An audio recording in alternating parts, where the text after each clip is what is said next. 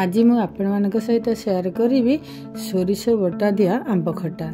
आंब खटा तो प्राय समस्ते खाइबा को भल पाती। कंचा आंब आनी एहीपरि खटा बनातु, देखिए बहुत टेस्टी लगे ये खटा।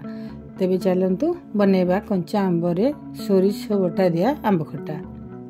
नमस्कार, मो चैनल कविताज फूड राउंड को आपण मानक बहुत बहुत स्वागत।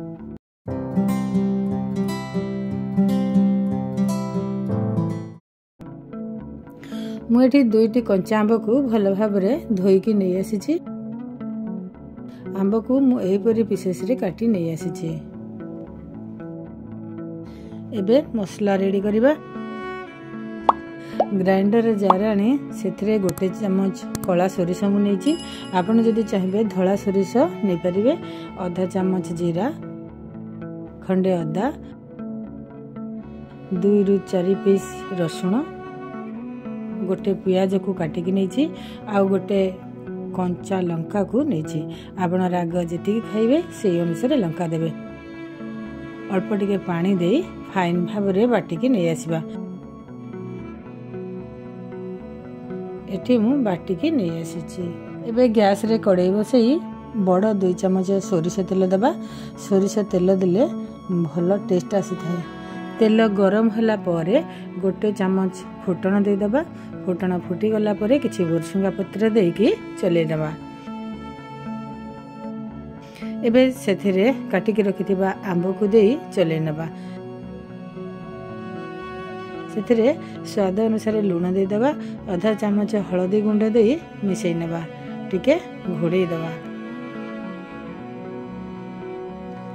एबे सेथिरे मिठा पाई गुड़ दबा। गुड़ आपण को चॉइस अनुसार देबे। गुड़ न देई चीनी देले भी चलिबो।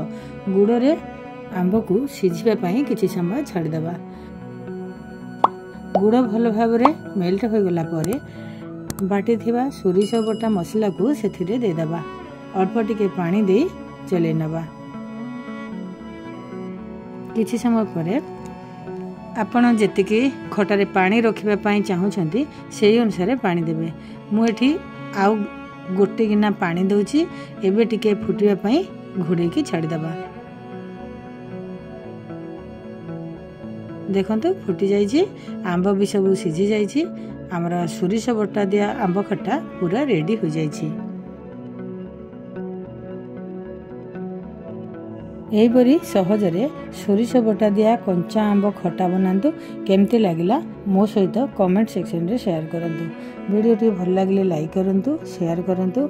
मो वीडियो रे जदि प्रथम थर आछंती तेबे एमिति नुआ नुआ वीडियो देखिबा पई चैनल को सब्सक्राइब करी ऑल नोटिफिकेशन को ऑन कर दियंतु।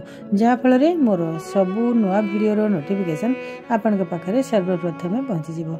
पुणे आसीबी आउ गोटे रेसिपी नै।